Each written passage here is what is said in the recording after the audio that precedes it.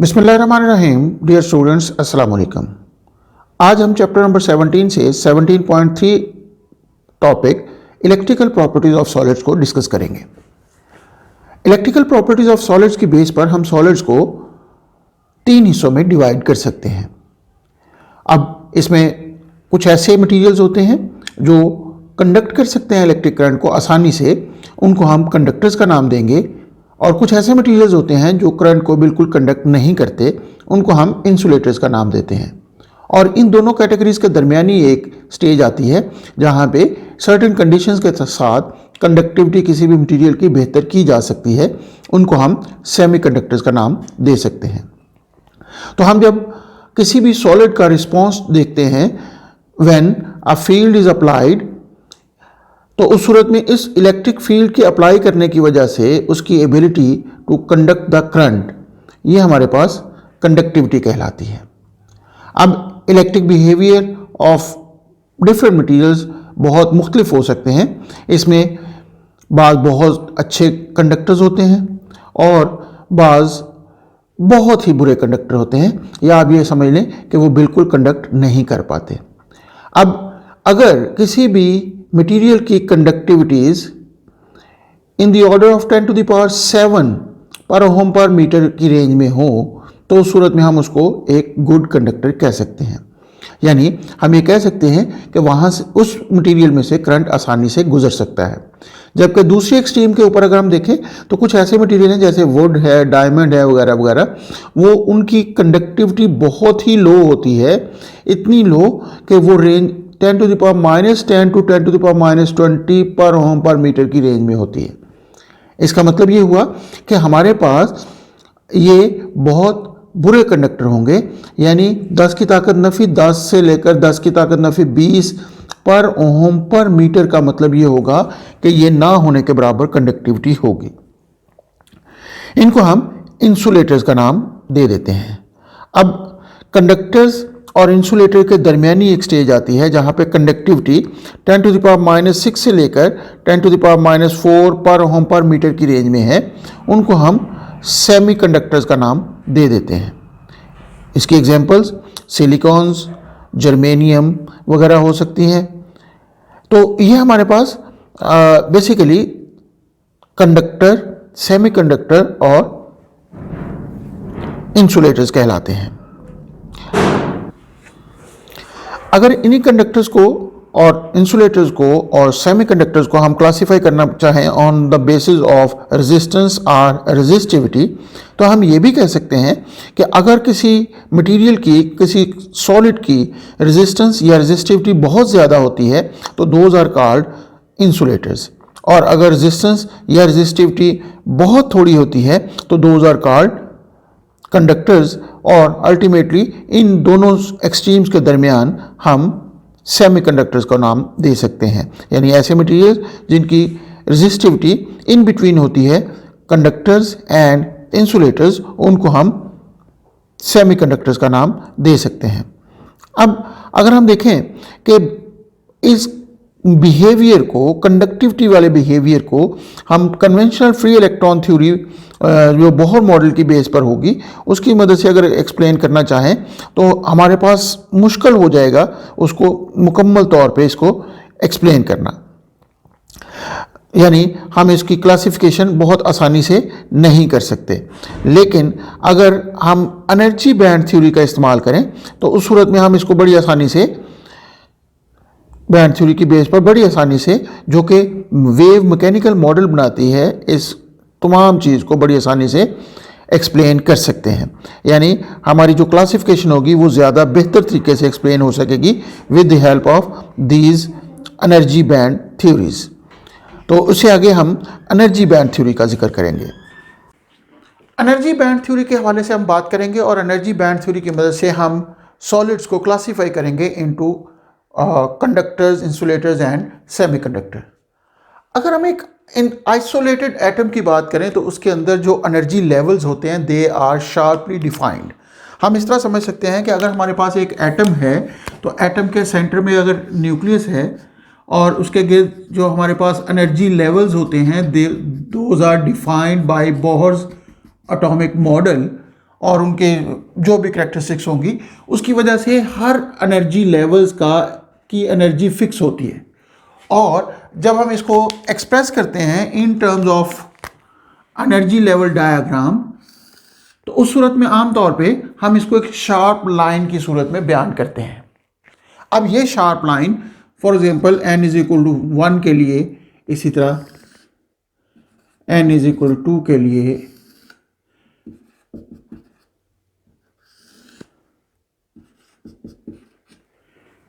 ये हमारे पास energy level diagram कहलाती है। अब इसमें एनर्जी जैसे जैसे हम हायर लेवल की तरफ जाते हैं, हमारे पास जो एनर्जी होगी वो बढ़ती जाती है। लेकिन आइसोलेटेड सिस्टम की सूरत में ये एक फिक्स एनर्जी होगी जो हर एटम के अंदर एक लेवल में होने की वजह से इलेक्ट्रॉन की एनर्जी कही जा सकती है।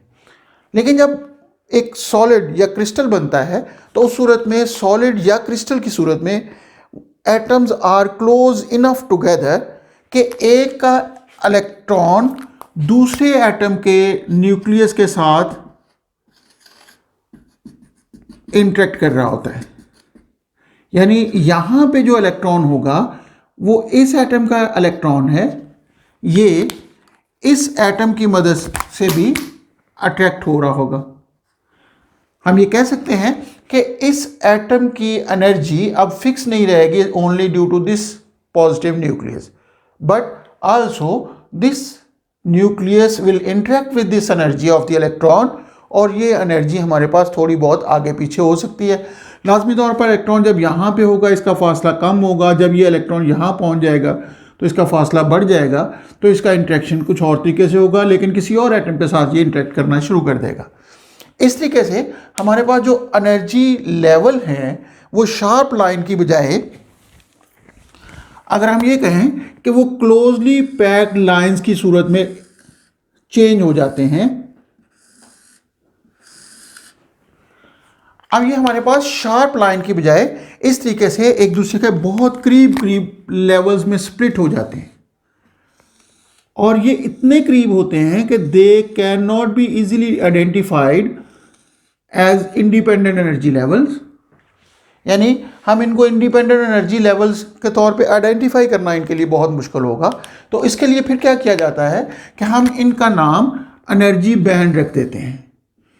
जितना न्यूक्लियस से दूर एनर्जी लेवल होगा उसका interaction with its neighbouring nuclei वो ज़्यादा होगा, तो जो स्प्लिटिंग होगी वो ज़्यादा होती जाएगी। तो इस तरीके से हमारे पास जो एनर्जी लेवल है that will be converted into energy band. अब ये इतने करीब हैं, दो ये एक दूसरे से इंडिपेंडेंट हैं, लेकिन ये इतने करीब हैं कि हम इनको एक कंटिन्यूस एनर्जी बैंड समझ सकते हैं। यानी हम ये कह सकते हैं कि जो इस लेवल में एक इलेक्ट्रॉन था उसकी एनर्जी यहाँ से लेकर यहाँ तक कोई भी हो सकती है। इसको हम एनर्जी बैंड का नाम देते हैं। तो अब हमारे पास सॉलिड्स के अंदर चूँकि एटम्स एक दूसरे के बहुत करीब होते हैं, तो ये एनर्जी जो बैंड्स बनते हैं इनकी बेस पर हम इसको क्लासीफाई करेंगे on in conductor, insulator and semiconductor.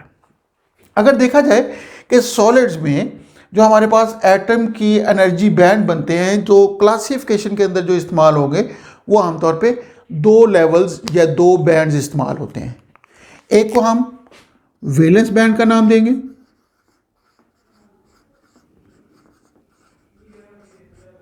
और दूसरे हमारे पास कंडक्शन बैंड कहलाते हैं। वैलेंस बैंड से क्या मुराद है कि किसी भी एटम का आउटर मोस्ट शेल जो आम तौर पे पार्शली या फुली ऑक्युपाइड हो सकता है, वो हमारे पास वैलेंस बैंड कहलाता है। ये कभी भी खाली नहीं होता, एम्प्टी नहीं होता। दीज आर आइदर पार्शली और फुली ऑक्युपाइड।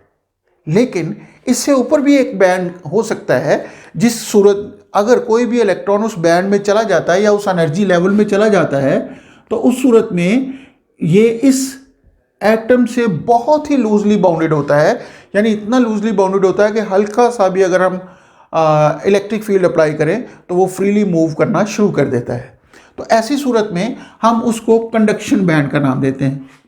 यानी अगर स्टेट ऑफ इलेक्ट्रॉन इस तरह हो जाए कि वो आसानी से फ्लो कर सके या फ्री हो सके, तो हम कहेंगे कि वो इलेक्ट्रॉन कंडक्शन बैंड में है।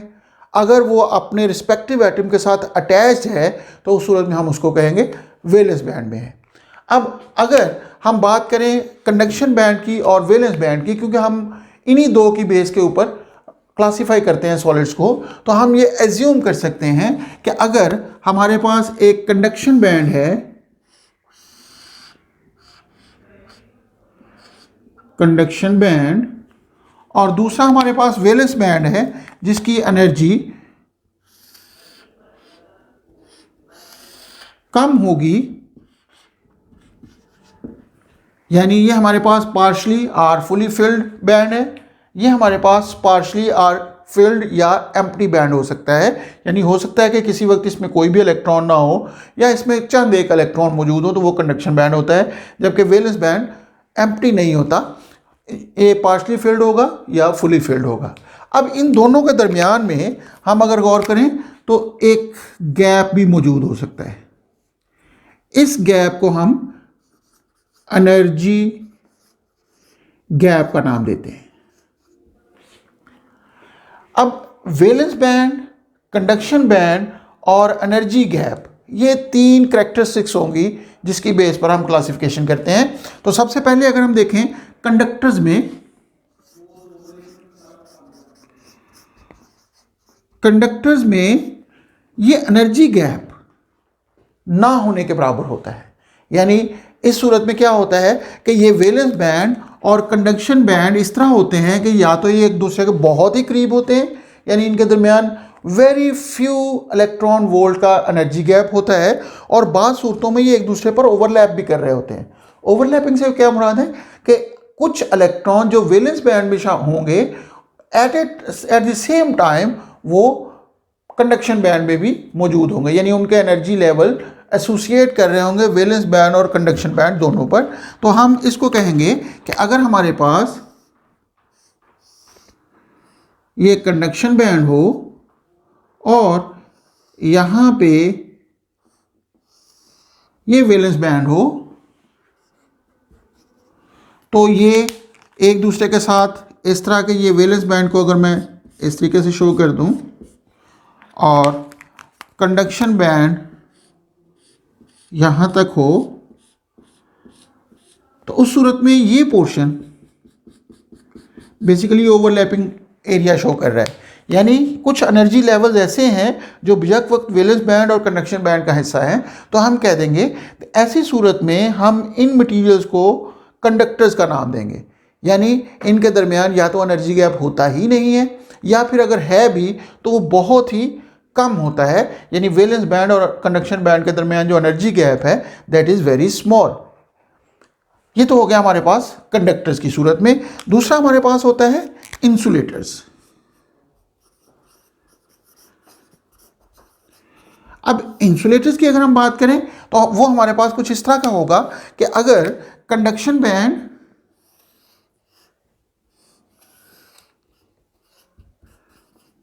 और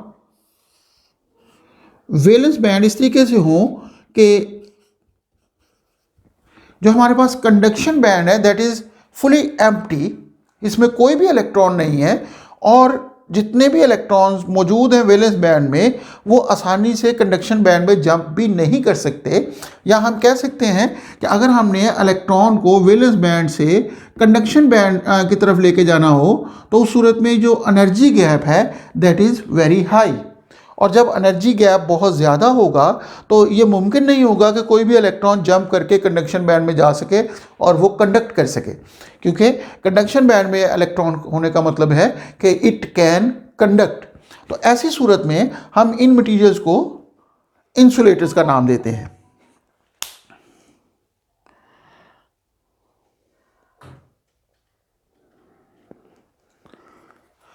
तो यहां पे हमारे पास जो एनर्जी गैप है दैट इज वेरी हाई। उसके बाद इन दोनों के इंटरमीडिएट स्टेट आती है दैट इज कॉल्ड सेमीकंडक्टर्स। अगर हम सेमीकंडक्टर्स की बात करें तो सेमीकंडक्टर्स ऐसे मटेरियल होते हैं जिनकी वैलेंस बैंड और कंडक्शन बैंड के दरमियान जो एनर्जी गैप है that is small, almost 1 electron volt की रेंज में होता है। ये हमारे पास वैलेंस बैंड है, ये कंडक्शन बैंड है, तो इनके दरमियान जो एनर्जी गैप है that is in the range of 1 electron volt. अब अगर इतना थोड़ा एनर्जी गैप हो तो हम क्या करते हैं कि अगर थोड़ी सी एनर्जी इन इलेक्ट्रॉन्स को दें या सूटेबल सर्कमस्टांसिस की सूरत में यहाँ से इलेक्ट्रॉन फ्री हो जाते हैं इनटू द कंडक्शन बैंड, तो ऐसे मटेरियल्स को हम सेमीकंडक्टर मटेरियल्स का नाम दे देते हैं। तो हम ये कह सकते हैं कि यहाँ पे पार्शली फिल्ड वैलेंस बैंड या हम कह सकते हैं कि ये एनर्जी गैप इतना स्मॉल है कि यहाँ पे पार्शली फिल्ड कंडक्शन बैंड भी हो सकता है और वैलेंस बैंड भी पार्शली फिल्ड हो सकता है। तो ये हमारे पास क्लासिफिकेशन है on to the base of energy band theory. अब जब प्योर सेमीकंडक्टर की बात करते हैं तो उनके दरमियान एनर्जी गैप ज़्यादा होता है, तो ऐसी सूरत में हम कह सकते हैं कि वहाँ पे कंडक्शन आसानी से नहीं हो सकती। तो कंडक्शन को बेहतर बनाने के लिए बाज़ औक़ात हम प्योर सेमीकंडक्टर जिनका नाम इंट्रिंसिक सेमीकंडक्टर होता है उसके अंदर कुछ डोपिंग करते हैं, मतलब मिक्सिंग करते हैं टू सम एक्सटर्नल एलिमेंट्स, और इस प्रोसेस को हम doping mixing of some other material to pure semiconductor, इस अमल को हम डोपिंग का नाम देते हैं। डोपिंग की मदद से हम कंडक्टिविटी को बेहतर कर सकते हैं। इसको हम नेक्स्ट हिस्से में देखते हैं। Thank you.